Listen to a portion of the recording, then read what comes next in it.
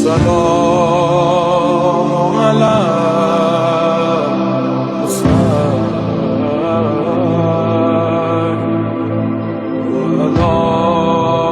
علي بن الرجيم. بسم الله الرحمن الرحيم.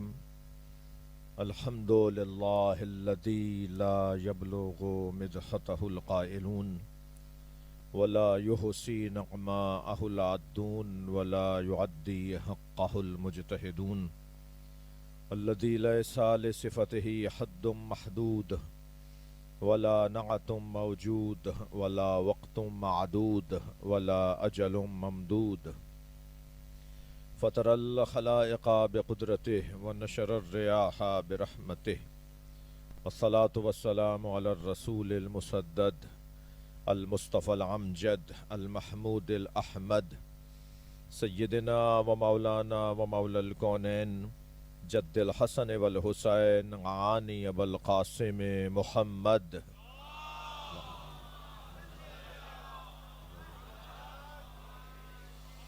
وآله الطيبين الطاهرين المعصومين الذين قال الله إنما يريد الله ليذهب عنكم الرجس أهل البيت ويطهركم تطهيرا.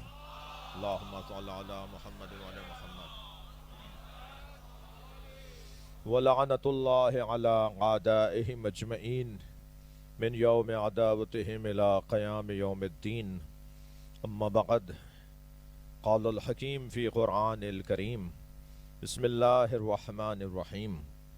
إن الله يحب الذين يقاتلون في سبيله صفا كأنهم بنيان مرصوص. صلوات.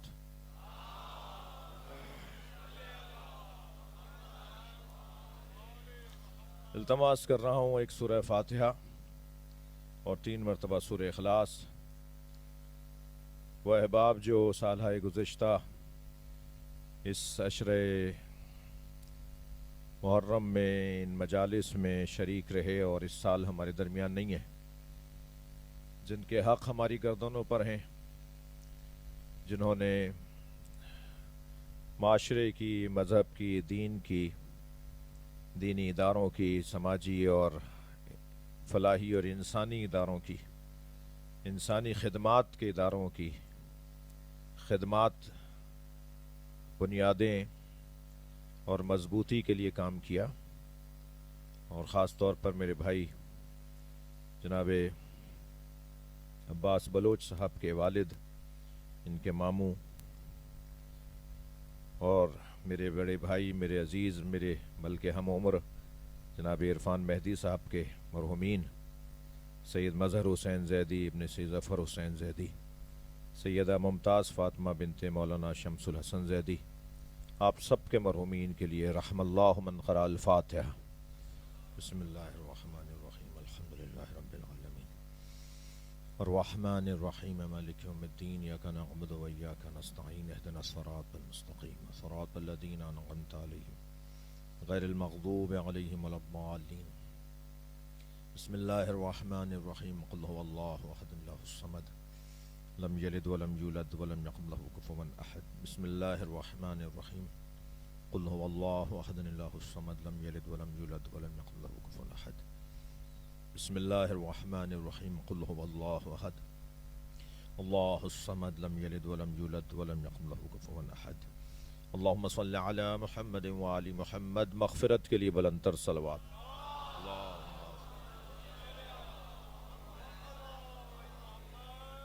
اس کی جو بھی آواز دیکھ رہا ہے، اندر کی آواز تھوڑا بہتر کریں. ایک اور صلوات نبی کی.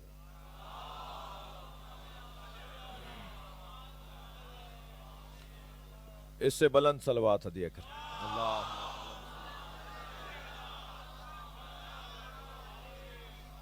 اس سے بھی بلند پڑھی جا سکتی ہے. اللہم صل علی محمد وعلی محمد. سورہ مبارکہ صف کی 4تھی آیت میں نے پڑھی ہے. اللہ اپنے اس کلام میں ارشاد فرما رہا ہے: ان اللہ یحب الذین یقاتلون فی سبیلہ. بے تحقیق اللہ ان سے محبت کرتا ہے جو اللہ کی راہ میں صفن کأنہم بنیان مرصوص، سیسا پلائی ہوئی دیوار کی طرح جہاد کرتے. صلوات پڑھیں ذرا محمد و آل محمد.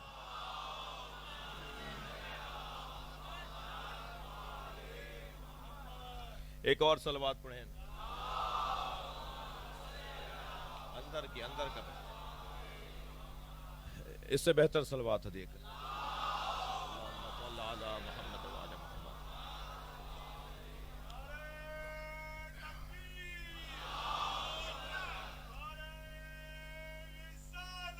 یا رسول اللہ.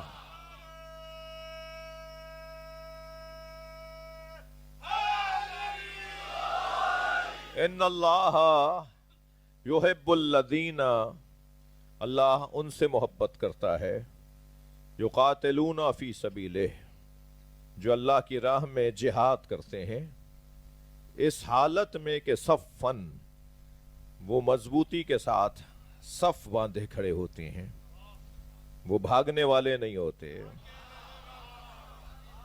وہ پشت دکھانے والے نہیں ہوتے.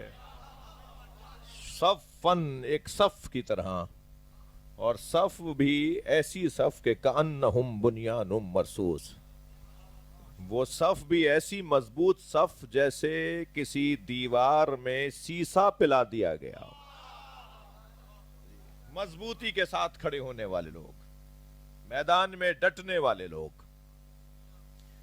عزیزان گرامی، آیت سے آپ کو اور پہلے سے بھی احباب کو معلوم ہے، اس عشرے کا عنوان مشتہر ہو چکا تھا کہ عنوان اس عشرے کا ہے بنیان مرصوص، سیسا پلائی ہوئی دیوار.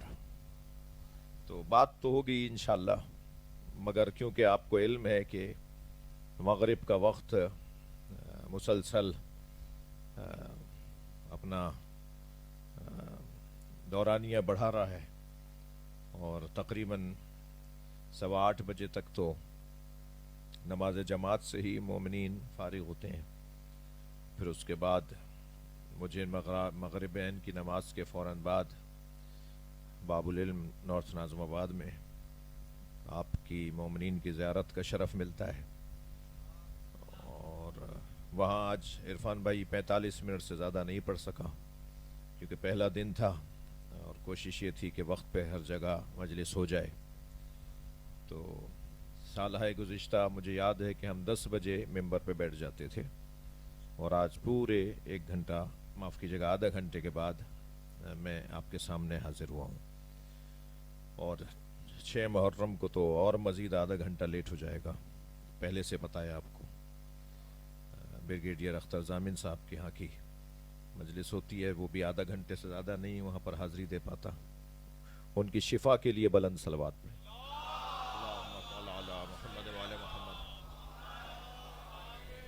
تو آپ ذہنی طور پہ تیار ہیں کہ ایام اذاں ہے، عبادت کے دن ہے، کچھ دیر بھی ہو جائے، کچھ زیادہ وقت بھی لگ جائے، تو سال کے 365 دن اور 10 دن، اور پھر شاید 2 مرتبہ اس میں چھٹیوں کے دن بھی آئیں گے، تو آسانی رہے گی. آدھا عشرہ تو آپ کو کوئی آفس کا بھی ایشو نہیں رہے گا، آپ کو اور مسائل بھی نہیں رہیں گے، انشاءاللہ صحیح رہے گا. تو اس کو مجھے یہاں کے بعد بھی حسینیہ ایرانیان میں حاضر ہونا ہے، اور میرے تو شرائط آپ کو معلوم تھے. اس کے بعد آپ حکم فرماتے ہیں نا کہ میں آپ کے سامنے جیسا بھی ہوں حاضر ہو جاؤں. تو برداشت فرمائیے میرے اس تاخیر سے آنے کو، اور تعاون فرمائیے شرکت فرمانے کی صورت میں. آیہ کریمہ بہت روشن ہے. اللہ مجاہدوں سے پیار کرتا ہے، اللہ مردوں سے پیار کرتا ہے، اللہ حوصلے والوں سے پیار کرتا ہے، اللہ قول اور فعل میں جن کے تضاد نہیں ہوتا ان سے پیار کرتا ہے. جو کہتے تو بہت کچھ ہیں مگر میدان چھوڑ کر آ جاتے ہو، ان سے اللہ کا کوئی پیار نہیں ہے. میدان سے بھاگنے والوں سے اللہ کو کوئی پیار نہیں، میدان چھوڑ کے آنے والوں سے اللہ کا کوئی پیار نہیں ہے. انشاءاللہ مائک بھی کل تک بہتر ہو جائے گا، کچھ تو بہتر ہوا ہے، لیکن آج کی قربانی تو شاید میری ہو جائے گی۔ ایک صلوات اور پڑھیں محمد و عالم، اور بہتر کو اس سے بلند صلوات۔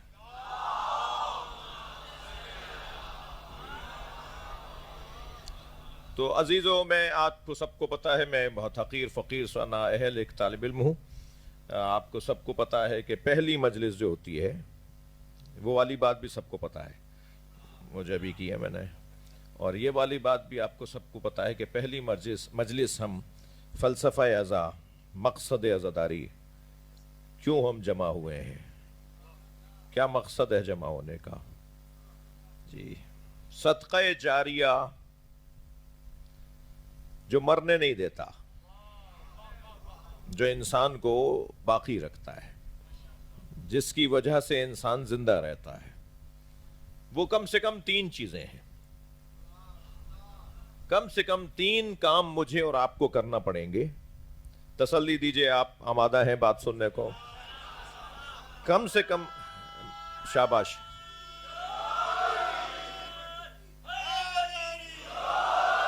کم سے کم 3 کام مجھے اور آپ کو کرنا پڑیں گے، تب جا کے مجھے وہ میرے 3 کام مرنے سے بچائیں گے۔ ہاں، ممکن ہے مجھے قبر کے حوالے کر دیا جائے، مگر پھر بھی زندہ کہلاؤں۔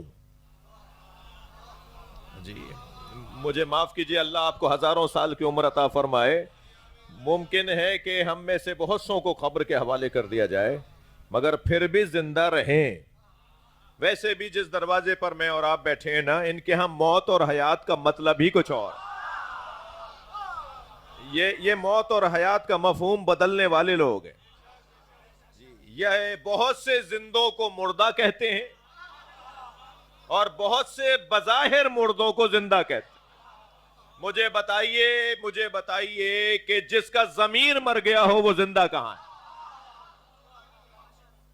مولا علی کا قول میں پہلے بھی سنا چکا ہوں، مولا فرماتے ہیں میتیں 2 طرح کی ہوتی ہیں، کچھ لیٹے ہوئے جنازے ہوتے ہیں، کچھ چلتی پھرتی میتیں ہوتی ہیں۔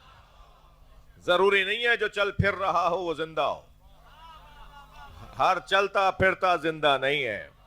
زندہ وہ ہے جس کا ضمیر زندہ ہو، جس کے احساسات زندہ ہو، جس کے جذبات زندہ ہو۔ وہ کون سی چیز ہے جو مجھے اور آپ کو مرنے سے بچائے گی؟ عزیزان گرامی، کم سے کم 3 چیزیں ہیں جو ہمیں مرنے سے بچائیں گی۔ سب سے پہلی چیز وقف۔ اپنی ذاتی چیزیں، اپنی ذاتی جائیداد، اپنا ذاتی مال، اپنا مال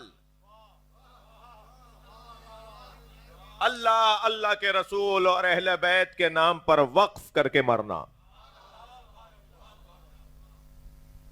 امام بارگاہ کے نام کر کے جائیے، مسجد کے نام کر کے جائیے، مدرسے کے نام کر کے جائیے۔ ایک صاحب کہنے لگے، مولانا زمین تو میرے پاس 2000 ایکڑ ہے، مگر ہم زمین بیچتے نہیں ہیں، ہم زمین کسی اور کو دیتے نہیں ہیں۔ تو میں نے کہا، بھائی کون کہہ رہا ہے آپ کو اپنی زمین کسی اور کو دیں؟ یہاں امام بارگاہ کے نام، مسجد کے نام، مدرسے کے نام اپنی 100 ایکڑ زمین دے دو، وہاں ہزاروں ایکڑ لے لو۔ اچھا کاروبار ہے نا یہ؟ اس سے اچھا اور کاروبار کیا ہوگا بھائی؟ کہ یہاں فلاحی اداروں کے لیے، قومی اداروں کے لیے اپنے کوئی زمین کا ٹکڑا، اپنے 4 گھروں میں سے 1 گھر، اپنی 4 گاڑیوں میں سے 1 گاڑی، جی وقف کر کے جائیں، کچھ چھوڑ کر جائیں۔ من کان خیر الناس یا رسول اللہ، اے اللہ کے رسول سب سے اچھا انسان کون ہے؟ حضرت نے فرمایا، من کان خیرا للناس، جو لوگوں کے لیے اچھا ہے وہی اچھا ہے۔ دوسروں کے لیے کیا کیا؟ اپنے لیے تو بہت کچھ کر لیا تھا، اور یہ بھی کیا تم اپنے اس جہان سے لے کر آئے تھے؟ یہ جو کچھ تمہارے پاس ہے کیا اس جہان سے لے کر آئے تھے؟ یہ بھی تو اللہ ہی نے دیا ہے نا۔ وقف کر کے جانا۔ تھکے تو نہیں بیٹھے؟ میرے مولا علی نے 15 سے زیادہ کنویں کھودے اور وقف کر دیے۔ آپ یار علی، بیر علی، کے نام سے مولا علی کا ایک کام یہ تھا کہ پانی کا مسئلہ تھا. آج بھی ہے یا نہیں ہے؟ میں 1400 سال پرانی بات کر رہا ہوں یا آج کی کر رہا ہوں؟ آج بھی پانی کا مسئلہ ہے یا نہیں؟ ہمارے اپنے اس سندھ کے اندر کتنے ہی علاقے آپ مجھ سے لے لیجئے گا, آپ خود جا کے بور کروائیے گا, خود جا کے آر او پلانٹ لگوائیے گا, خود جا کر ان علاقوں کے اندر میٹھے پانی کا انتظام کیجئے گا. اب بھی ایک ہی تالاب سے جانور بھی پانی پی رہا ہے, اس میں بدبو بھی آ رہی ہے, اور اسی تالاب سے اس قصبے کے, اس آبادی کے, اس گاؤں کے لوگ پانی بھر کے بھی لے کے جاتے ہیں. ابھی کی بات کر رہا ہوں میں, زمانہ جاہلیت کی بات نہیں کر رہا. جی وقف کرنا. کراچی بڑا شہر ہے, لاہور بڑا شہر ہے, اسلام آباد, ملتان, یہ بڑے شہروں کے اندر حالات بہتر ہیں, مگر کیا آپ کو اگر چاہیے تو میرے رفقا آپ کو وہ علاقے بتا سکتے ہیں کہ امام بارگاہوں کی چھتیں ٹپک رہی ہیں, مسجد کی ٹوٹیاں ٹپک رہی ہیں, کارپیٹ بدلے ہوئے 20 سال گزر گئے, مسجد کے اندر رنگ کیے ہوئے 15 سال گزر گئے. جی انتظامیہ یا جس نے بنا کے دی تھی بنا دی اس نے, اس کے بعد کوئی اس کو مینٹین رکھنے والا نہیں ہے. وسائل ہی نہیں ہے ان بیچاروں کے پاس, مرمت کرانے کے وسائل نہیں ہیں ان کے پاس. جی اور ہم مال پر مال بڑھائے چلے جا رہے ہیں, پیسے پہ پیسے بڑھتا چلا جا رہا ہے. ہماری خواہشات ہی, میں اپنے اوپر رکھا ہوں, میری خواہشات ہی پوری نہیں ہو رہی. سائیکل کا کبھی بندہ نہیں ہوں کہ میرے پاس مہنگی گاڑی آ گئی, اس پہ بھی چین نہیں آیا, ایک اور مہنگی گاڑی چاہیے, اور ایک سے بھی چین نہیں آ رہا, 2 ہونی چاہیے, 3 ہونی چاہیے. نبی نے تو بہت پہلے فرما دیا تھا 2 طرح کے لوگ کبھی بھی سیر نہیں ہوتے. 1400 سال پہلے فرما دیا تھا 2 طرح کے لوگوں کا کبھی پیٹ نہیں بھرتا, ایک علم کا پیاسا اور ایک دنیا کا پیاسا. طالب علم کبھی بھی سیر نہیں ہوتا, طالب علم رہتا ہے. میری اور آپ کی کیا حیثیت, ہم ہیں کون؟ جب اللہ کو اپنے نبی سے یہ جملہ اچھا لگتا ہے, قل رب زدنی علما. صلوات پڑھیں محمد و آل و. اے میرے حبیب, مجھ سے علم مانگو, مجھ سے مانگو تو علم مانگو. ہماری نسبت تو سرکار دو جہاں کے علم کا کوئی مقام وہی نہیں ہے, مقایسہ ہی نہیں ہے, لیکن اللہ کی نسبت نبی کے علم کی بات ہو رہی ہے. ہم اپنی نسبت نہیں بات کر رہے. لہذا وقف کر کے جائیں چیزوں کو, بچوں کے حوالے بھی نہیں کر کے جائیں, بچوں کے حوالے نہیں کر کے جائیں. خدا کے واسطے میں بزرگوں سے ہاتھ جوڑ کر بات کر رہا ہوں. جی چیلم تک تو یہ آپ کا وصیت نامہ ہی نہیں دیکھیں گے, فرصت ہی نہیں مل رہی نا فاتحہ لینے سے. جی چیلم کے بعد بھی اگر کوئی یاد دلا دے گا تو کبھی بہو کی آواز آئے گی کہ ابھی اور کام رہتے ہیں, کبھی بیٹی کی آواز آئے گی کہ ابھی اور کام رہتے ہیں, پھر برسی پر شاید یاد آ جائے, اور برسی پر پھر کوئی نہ کوئی کہہ دے گا کہ ہماری کیا ضرورت, ہماری کیا ذمہ داری ہے, ابا کو خود کر کے جانا چاہیے تھا اور کر دیا ہوگا. ہو سکتا ہے یہ وصیت نامہ پرانا ہو, اس کے بعد کر دیا ہو. 50 وسوسے شیطان ڈالے گا, 50 خیالات شیطان ڈالے گا, اور یہ اولاد اپنے ماں باپ کے لیے نہیں کرے گی کچھ, اور وہ بیچارہ پہلی رات سے پریشان ہے. آیت اللہ دستغیب نے سچے مشاہدات میں, مکاشفات میں یہ واقعہ لکھا ہے کہ 2 دوستوں نے آپس میں طے کیا, جو پہلے مر جائے وہ زندہ دوست کے خواب میں آ کے بتائے کہ مرنے کے بعد کیا ہوا. جی اس بچے نے شاید پڑھا ہے یہ واقعہ. جی اور پھر ایسا ہی ہوا, ظاہر ہے ایک کو تو جانا تھا.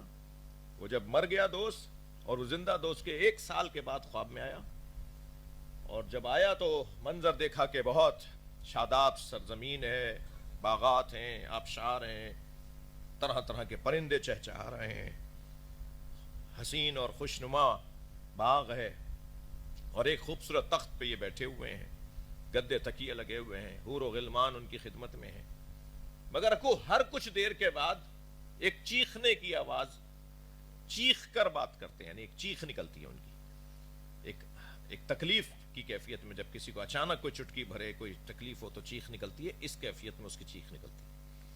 اس مرنے والے دوست سے اس زندہ دوست نے جو خواب میں دیکھ رہا ہے پوچھا کہ یہ کیا ماجرا ہے؟ تو اس نے اپنا پیر ہٹا کے دکھایا تو ایک سانپ بیٹھا ہوا تھا جو اسے ڈس رہا تھا. ہر کچھ دیر کے بعد وہ ڈنک مارتا تھا, ہر کچھ دیر کے بعد وہ دانت لگاتا تھا. اس نے کہا یہ سب کچھ میرے اعمال ہیں, میں نے بہت کیا, محنت کی, عبادات کی, یہ سب میرے اعمال ہیں جو تمہیں نظر آ رہے ہیں, مگر یہ سانپ دیکھ رہے ہو نا, یہ میں نے کسی سے قرضہ لیا تھا, وہ واپس نہیں کر پایا, اور میرے بچوں کو بھی خیال نہیں ہے کہ میرے قرضوں کو اتاریں, یہ مجھے ڈستا ہے, یہ قرضہ ڈستا ہے مجھے معاف کیجیے گا. محرم ہے, بہن بھائیوں کے رشتے کی بحالی کا مہینہ ہے. یہ محرم بہن بھائیوں کے رشتے کی بحالی کا عشرہ ہے. ایک بہن بی بی زینب, ایک بھائی امام حسین, ایک بہن اور ایک بھائی کے رشتے کی بحالی, ایک بہن اور بھائی نے رشتوں کو بحال کیا ہے. عالم یہ ہے کہ بہنوں کا حق نہیں دیا جاتا. ابا نے شادی کر دی تھی, زمین میں سے کیسے حصہ دوں؟ نہیں دیتے. اللہ کرے آپ کے علم میں ہو 70% حالات خراب ہیں, احتیاط سے بول رہا ہوں, 70% حالات خراب ہیں جی. اور ماشاءاللہ اس میں نیاز بھی ہو رہی ہے, نظر بھی ہو رہی ہے, مجلس بھی ہو رہی ہے, علم بھی لگا ہوا ہے اس گھر پہ. اللہ 2 رکعت نماز اس گھر میں قبول نہیں کرے گا تو مولا عباس نیاز کیسے قبول کریں گے؟ مولا عباس علم کیسے قبول کر لیں گے اس گھر کے اوپر لگا ہوا, جس گھر میں بہن کا بھی حصہ ہے؟ خفا تو نہیں ہو رہے؟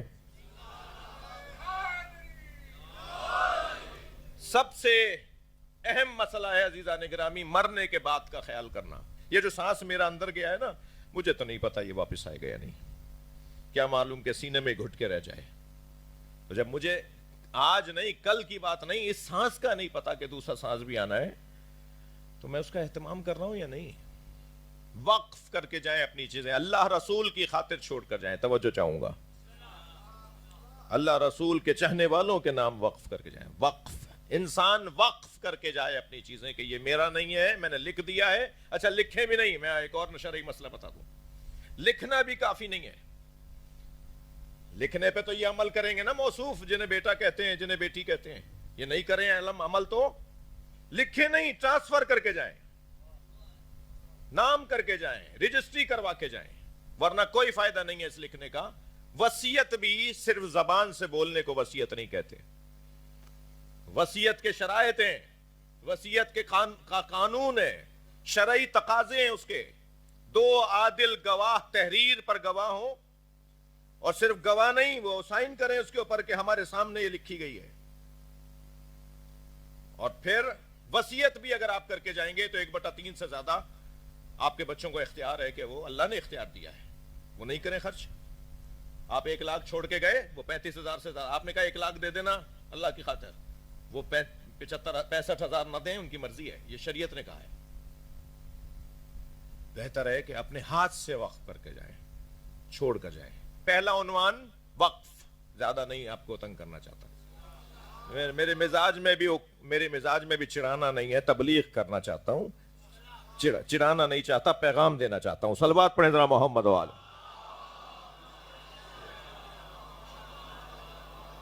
سب سے پہلا عنوان وقف. دوسرا عنوان کتاب.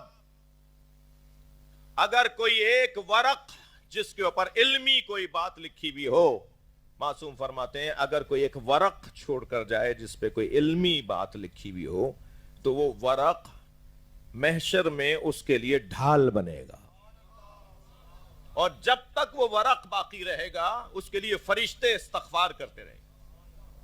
بزرگوں سے کہہ رہا ہوں جو باہر بیٹھے ہیں, جو اندر تشریف فرما ہے, ریٹائرڈ ہو گئے, مصروفیت کم ہو گئی, فراغت بڑھ گئی ہے, روزانہ قرآن کا ایک صفحہ پڑھ لیجئے اور اس کا ترجمہ پڑھ لیجئے. کسی ایک آیت پر تو میرا دل آئے گا نا, برابر میں کاغذ رکھا ہوا ہو, قلم رکھا ہوا ہو, اس آیت کو اس کاغذ پہ میں لکھتا چلا جاؤں. پورا قرآن اول سے آخر تک پڑھوں گا. کوئی 200 آیتیں تو ایسی نکلیں گی نا جو میں کسی کو بتا سکوں کہ بھائی یہ قرآن ہے.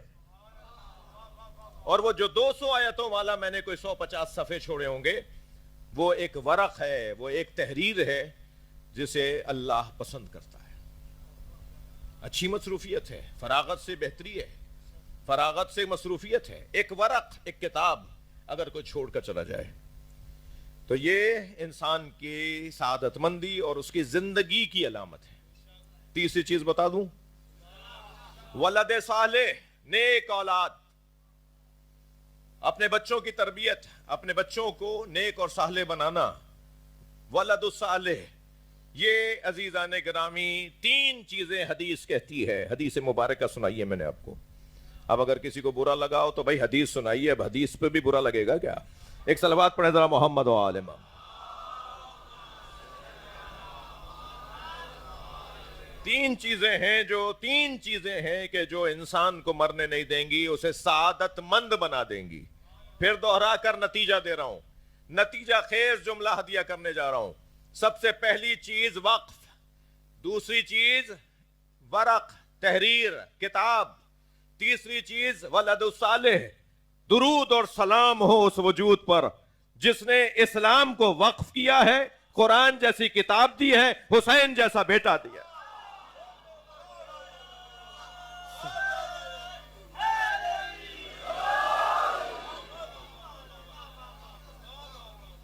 حسین جیسا بیٹا دے کے گئے ہیں, قرآن جیسی کتاب دے کر گئے ہیں, اور اسلام جیسا ایک وقف دے کر گئے ہیں.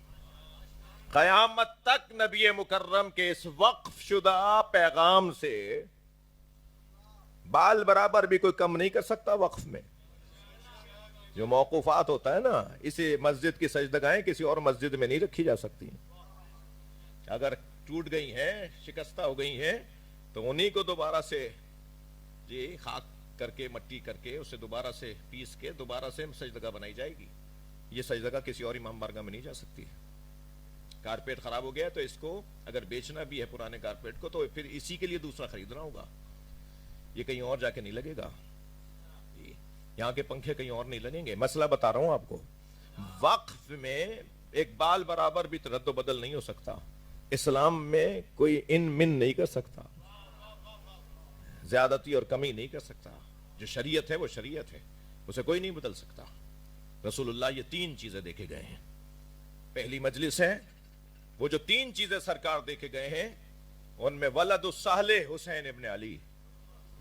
فرماتے ہیں مجھ سے میرے اللہ نے کہا ہے, صلوات پڑھیں ذرا محمد وال,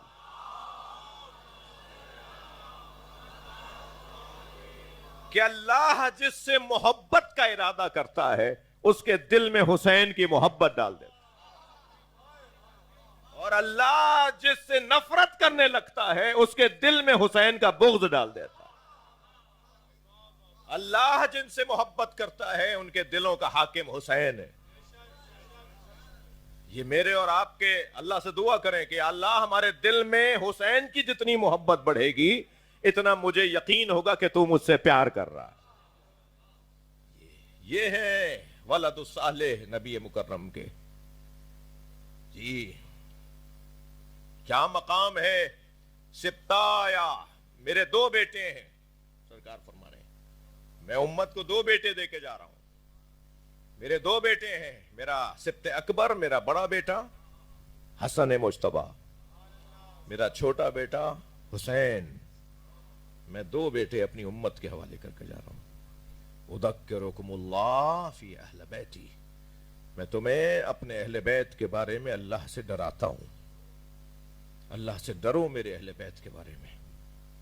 میرے اہل بیت کو اذیت مت پہنچانا, میرے حسین کا خیال رکھنا, میرے بچوں کا خیال رکھنا. تین مرتبہ سرکار نے, یہ حدیث ثقلین ہے نا, انی تارک فیکم الثقلین کتاب اللہ و عترتی اہل بیتی, اس حدیث کے فرمانے پر جب یہ حدیث مکمل ہوئی تو فرمایا میں تمہیں اللہ سے ڈراتا ہوں اپنی اہل بیت کے بارے. خبردار انہیں تکلیف نہیں دینا, خبردار انہیں تکلیف نہیں دینا. کیوں جمع ہوئے ہم؟ ایک ایسا بیٹا دے کے گئے کہ جو کشتی نجات ہے, جو چراغ ہدایت ہے. جی 3 سال کے تھے امام حسین, مسجد نبوی میں داخل ہوئے, کہ آتے ہوئے حسین کو دیکھ کر سرکار نے آواز دی، مرحبا مرحبا یا زین السماوات والارض، خوش آمدید خوش آمدید اے آسمانوں اور زمین کی زینت۔ ایک صحابی محترم نے کہا یا رسول اللہ انتا زین السماوات والارض، آپ آسمانوں اور زمین کی زینت ہیں۔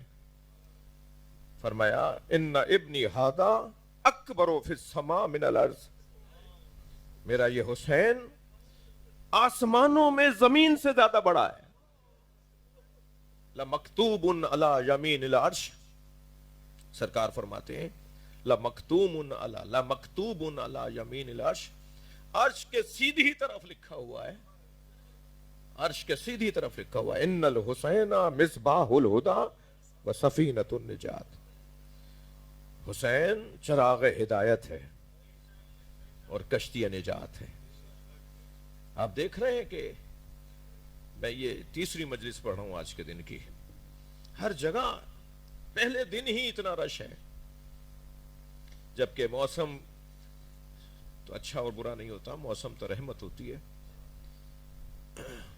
بد انتظامی ہے کہ جو ہم سنبھال نہیں پاتے اللہ کی رحمت کو، ہم سنبھال نہیں پاتے، اس لیے بعض اوقات رستے اور اس کے مسائل ہوتے ہیں۔ ہر جگہ رش ہے، ایسا لگ رہا ہے جیسے کشتی حسین آ کے لگ گئی ہے کنارے پر اور مسافروں کو سوار کروایا جا رہا ہے، آ جاؤ حسین کی کشتی میں سوار ہو جاؤ۔ 10 دن تک ہم امام حسین کے نام پہ قرآن سنیں گے، 10 دن تک ہم امام حسین کے نام پہ قرآن کی تفسیر سنیں گے، 10 دن تک ہم جہاں ہیں وہاں سے بہتر ہونے کے لیے قدم آگے بڑھائیں گے۔ بہت سارے اس کی برکتیں، بہت سارے اس کے فائدے ہیں جو آپ میں سے، ہم میں سے ہر ایک شخص علیحدہ علیحدہ سوچ سکتا ہے، اور کچھ نہیں تو کم سے کم یہ کہ اجر رسالت کی ادائیگی کے لیے آئیں گے۔ نبی نے ہمیں انسان بنایا ہے نا، نبی نے ہمیں تہذیب عطا کی ہے نا، نبی نے ہمیں اچھائیاں اور اخلاقیات سکھائے نا، انہوں نے کہا جو کچھ میں نے سکھایا ہے اس کا مجھے بدلہ یہ چاہیے، میرے اہل بیت سے محبت کرو۔ تو یہ محبت کا ایک رنگ ہے، محبت کا ایک طریقہ ہے، محبت کا ایک سلیقہ ہے جو ہم ادا کر رہے ہیں۔ بحث شیعہ سنی کی بھی نہیں ہے، مسئلہ سنی شیعہ کا بھی نہیں ہے، حتیٰ مسئلہ مسلم غیر مسلم کا بھی نہیں ہے۔ جو نبی مکرم کو نبی نہیں مانتا وہ اتنا تو مانتا ہے کہ کربلا میں ظلم ہوا ہے، وہ اتنا تو مانتا ہے کہ چھوٹے بچوں کو تو نہیں مارا جاتا، وہ اتنا تو مانتا ہے نا کہ عورتوں کے سروں سے چادریں نہیں اتاری جاتی، وہ اتنا تو مانتا ہے نا کہ کسی کو مارنے کے بعد اس کے بدن پہ گھوڑے نہیں دوڑائے جاتے۔ اجرکم اللہ۔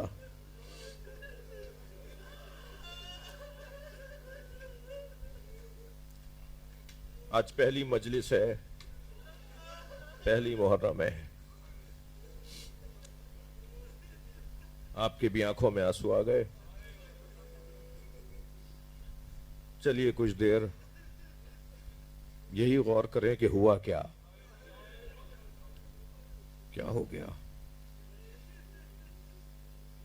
میرے سنی بھائی بھی مجلس میں آئے ہوئے، پچھلے دنوں مولانا طارق جمیل صاحب اللہ ان کو زندگی عطا فرمائے، صحت عطا فرمائے، وہ مجھے یہ واقعہ سنا رہے تھے۔ ہوا یہ تھا کہ میں ان کے گھر گیا تھا تو ایک چارپائی پہ سفید چادر گدا، اس کے اوپر بہت چمکتی ہوئی چادر، اس پہ گاؤ تکیے، سفید غلاف کے تکیے، اور چارپائی بھی وہ ہمارے ہاں سندھ اور پنجاب میں جو بڑی محنت سے چارپائیاں بنائی جاتی ہیں نا، وہ والی چارپائی۔ تو میں جب وہاں پہنچا تو کرسی پر بیٹھنے لگا تو میرا ہاتھ پکڑ کے کہنے لگے یہ میں نے آپ کے لیے سجائی ہے۔ تو میں نے کہا نہیں آپ بیٹھے یہاں، کہنے لگے نہیں آپ بیٹھے، بڑے ہیں میرے، میں ان کے حکم پہ بیٹھ گیا اور وہ ایک برابر والے موڑھے پہ بیٹھ گئے۔ ہم اس سے کہنے لگے کہ یہ میں نے اس لیے سجائی ہے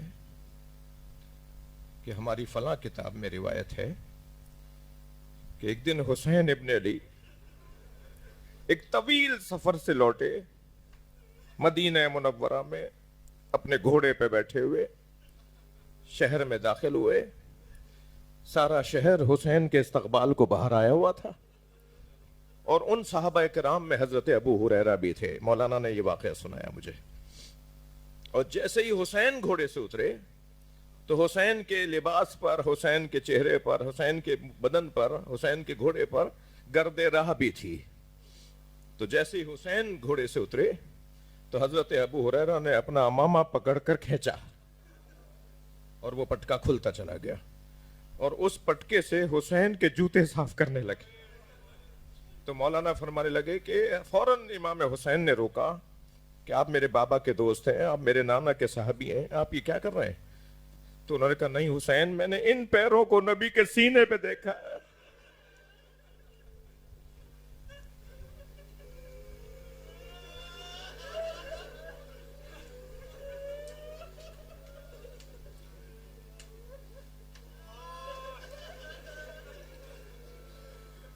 ایسے ہی رہے گا مجلس میں. آج پہلی مجلس ہے.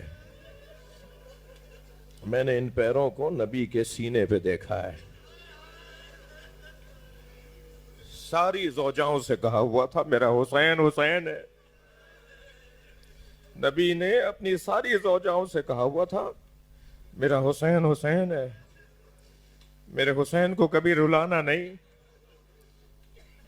جب جناب ام ایمن نے امام حسین کی ولادت پہ لا کر، نبی مکرم کرسی ڈال کے بیٹھے ہوئے ہیں اور انتظار میں کہ کب بچہ میری گود میں دیا جائے گا.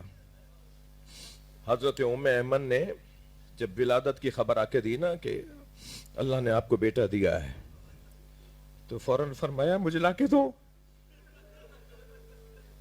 آیت اللہ رسولی محلاتی نے زندگانی امام حسین میں، آیت اللہ خامنائی رہبر انقلاب جو ہیں ایران کے سپریم لیڈر، ان کے دفتر میں استفتاءات کے مسئول ہیں آیت اللہ رسولی محلاتی. ان کی کتاب ہے اردو میں زندگانی امام حسین، اس کا اردو ترجمہ کرنے کی مجھ فقیر کو توفیق ہوئی ہے، چھپ بھی چکی ہے وہ کتاب. اس کے اندر وہ یہ روایت لکھتے ہیں، وہ کہتے ہیں کہ جیسے ہی آ کے فرمایا نا کہ آپ کو اللہ نے بیٹا دیا ہے، تو فرمانے لگے لا کے دو مجھے، میرا بچہ مجھے دو. تو بیوی نے فرمایا یا رسول اللہ میں اسے نہلا لوں. فرمایا میں اسے نہلا لوں. تو فرمان لگے جسے اللہ نے پاک بنا کر بھیجا ہے تم اسے کیا نہلاؤ گی، میرا بچہ مجھے دو. تو جناب ام ایمن فرماتی ہیں کہ کپڑے میں لپیٹ کر میں نے حسین لا کر نبی کی گود میں دے دیا. سامنے بستر پہ جناب زہرا بیٹھی ہے. کہتے ہیں کچھ فاصلے پہ سیدہ تشریف فرمائے، نبی نے کپڑا کھولنا شروع کیا.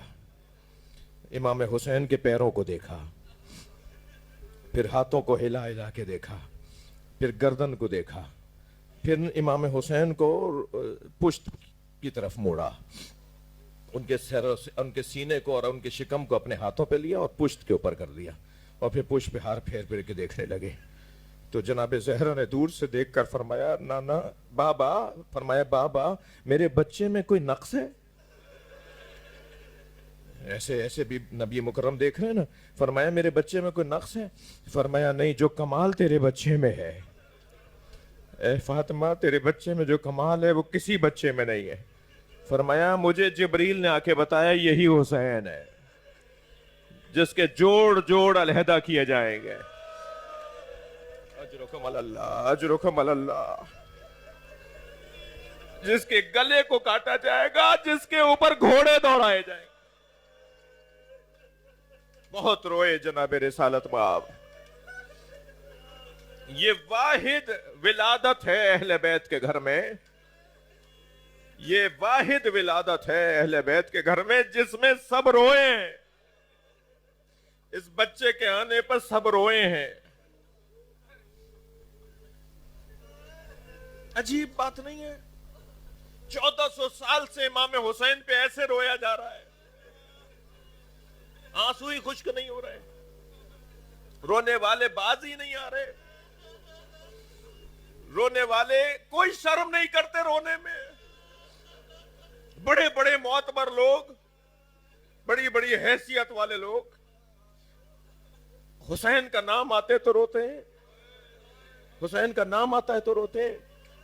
میرے مولا خود فرماتے ہیں اپنے سینے پہ ہاتھ رکھ کے، انا قتیل العبرات، مجھے رولا رولا کے مارا گیا۔ اجرکم اللہ، اجرکم، مجھے رولا رولا کے مارا گیا۔ کبھی عباس کے بازوؤں پہ روئے،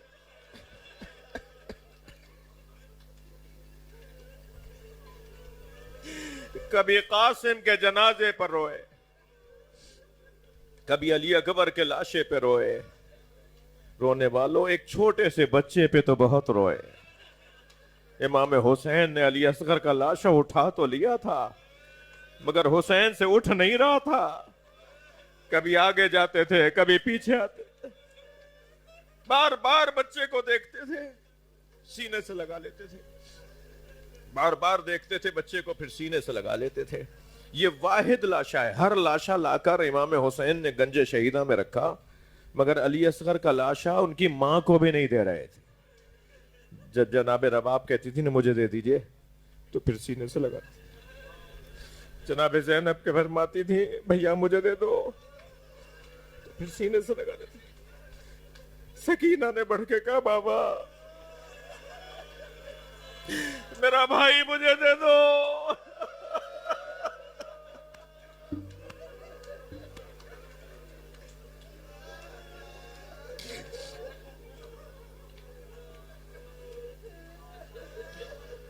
کسی بی بی کو امام حسین علی اصغر نہیں دے رہے تھے۔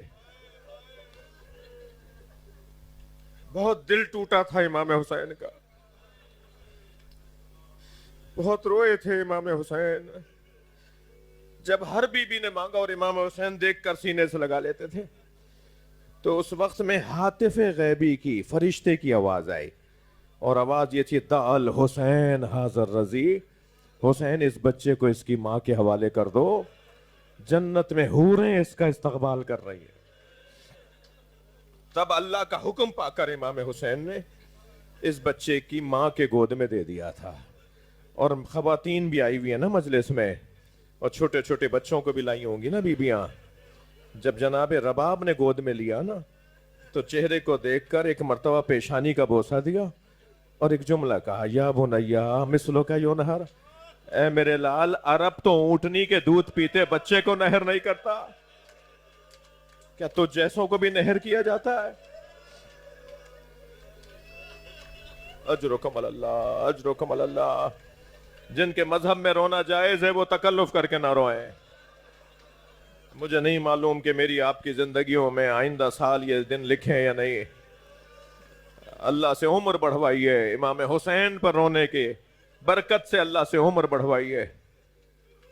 اجرکم اللہ۔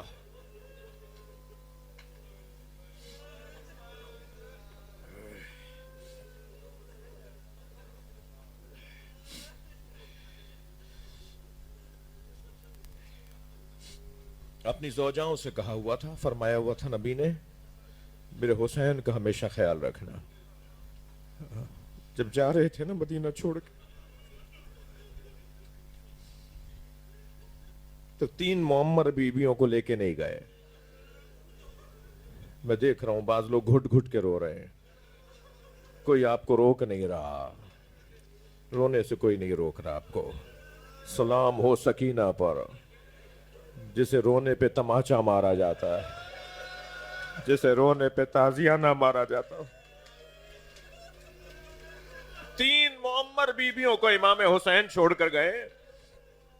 ایک حضرت ام ہانی، معاف کیجئے گا حضرت ام ایمن، حضرت بی بی ام سلمہ، اور تیسری بی بی کا نام لوں، مولا عباس کی ماں حضرت بی بی ام البنین۔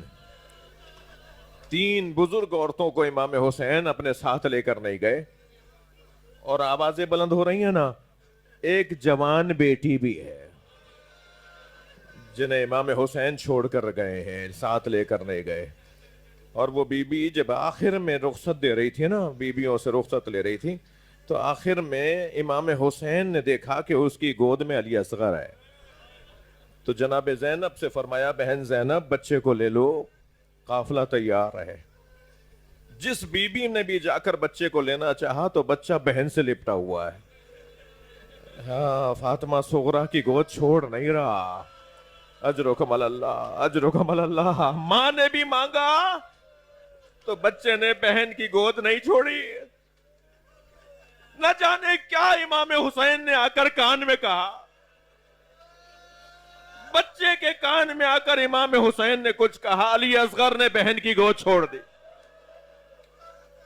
عجب نہیں فرمایا ہو علی اصغر تمہارے بغیر تو ہماری قربانی ہی نہیں ہوگی، کربلا تو بسے گی ہی تمہاری وجہ سے۔ 3 بیویاں جو بزرگ بیویاں ہیں، ان میں ایک پھوپھی ہیں، ایک نانی ہے، اور ایک مولا عباس کی والدہ، مولا حسین کی والدہ، مولا حسین کی ماں کا درجہ رکھنے والی بی بی ام المؤمنین ہے۔ جب امام گھوڑے پر بیٹھنے لگے تو حضرت عباس قریب آئے اور آ کے فرمایا مولا بیت الشرف سے حویلی سے پیغام آیا ہے کہ بیویاں آپ کو یاد کر رہی ہیں۔ امام رخصت دے چکے تھے، سب سے مل چکے تھے، مگر پیغام آیا کہ آپ کو گھر کے اندر رہنے والی بیویاں سیدانیاں یاد کر رہی ہیں۔ امام نے گھوڑے سے بیٹھنے سے گریز کیا اور گھر کی طرف آئے۔ گھر میں جو آئے تو یہ تینوں بیویاں کھڑی ہوئی تھیں اور تینوں نے ہاتھوں میں عصا لیا ہوا تھا۔ معمر بیویاں تھیں نا، تو سب سے زیادہ حق جو تھا وہ جناب ام سلمہ کا تھا۔ ام المومنین ہے نا، نانی ہے، نبی کی زوجہ ہے۔ تو آگے بڑھ کے سلام کیا، اماں آپ نے مجھے یاد کیا؟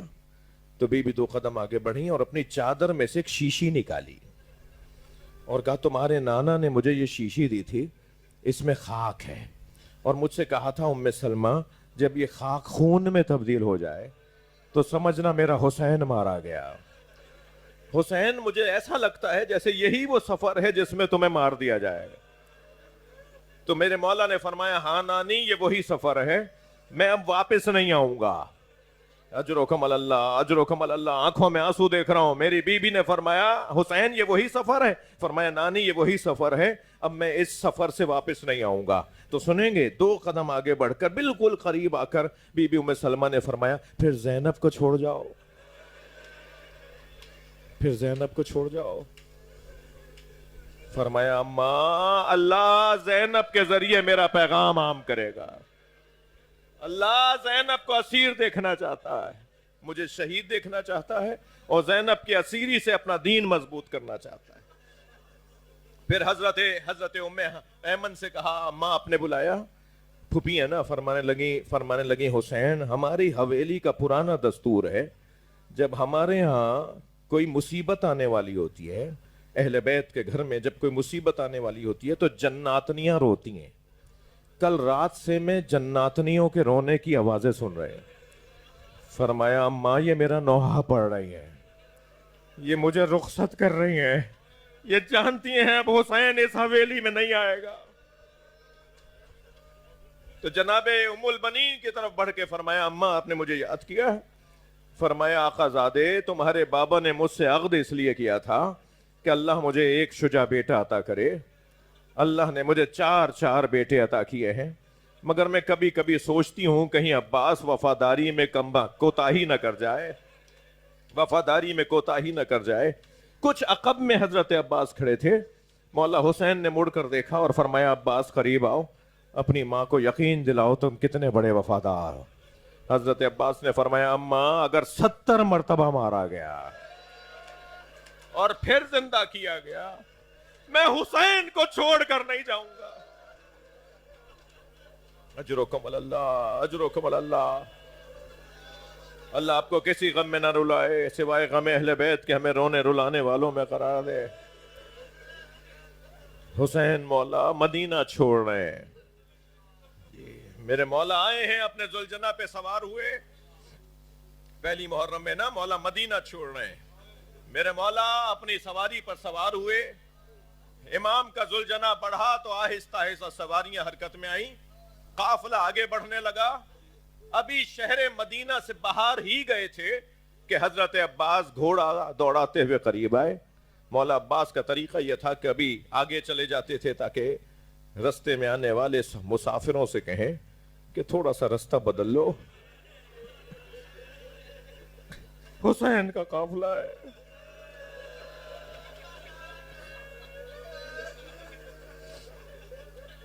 اور کبھی عقب میں چلے جاتے تھے اور آنے والے قافلوں سے اور مسافروں سے کہتے تھے ذرا اپنی سواریوں کو آہستہ آہستہ کر لو, ہمارا قافلہ آگے بڑھ جائے تو آ جانا.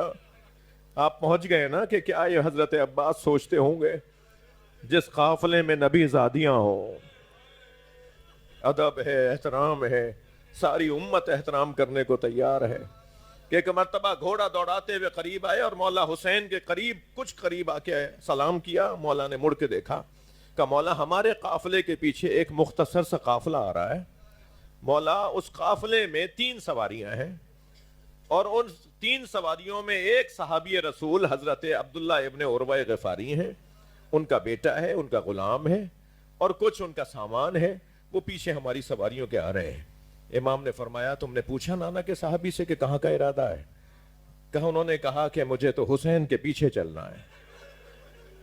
امام حسین نے فوراً ذوالجناح کو آواز دی, اے راہوار مجھے نانا کے صحابی تک پہنچا, اور ایک مرتبہ گھوڑا نبی کے صحابی تک لے کر آیا. جیسے ہی آگے بڑھے امام حسین تو حضرت عبداللہ ابن عروہ غفاری جو بہت ضعیف ہیں, جن کے بھویں سفید ہیں, جن کی کمر کچھ خمیدہ ہے, کمر کو سیدھا کرنے کے لیے پٹکا باندھا ہوا ہے, کمر میں پٹکا باندھا ہوا ہے, امام حسین کو آتے ہوئے دیکھ کے گھوڑے سے اتر آئے. ان کا بیٹا اور غلام بھی اتر آیا. آگے بڑھے, امام گھوڑے سے اترے, گلے سے لگایا. نانا کے صحابی کہاں کا ارادہ ہے, کہاں کا ارادہ ہے, کہاں جا رہے ہیں آپ اس بڑھاپے میں؟ فرمانے لگے حسین تم کم سن تھے,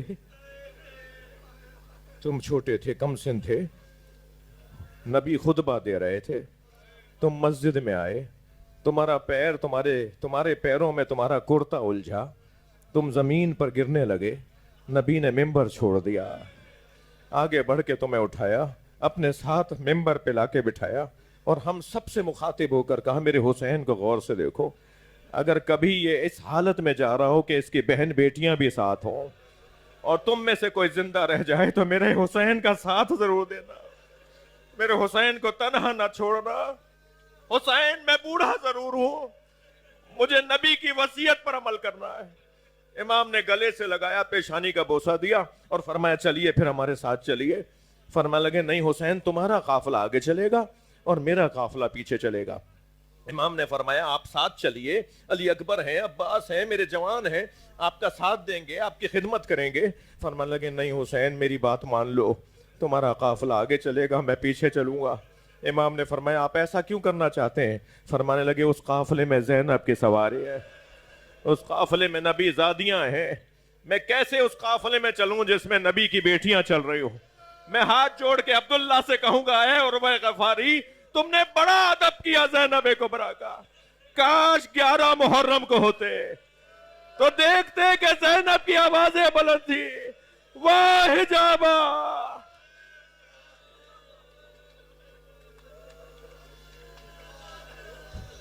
اللہ لعنت اللہ علی الظالمین. یا اللہ ان آوازوں پر رحمت نازل فرما, حاضرین کے توفیقات میں اضافہ فرما, ہم سب کی عاقبت بخیر فرما, امام زمانہ کے ظہور میں تعجیل فرما.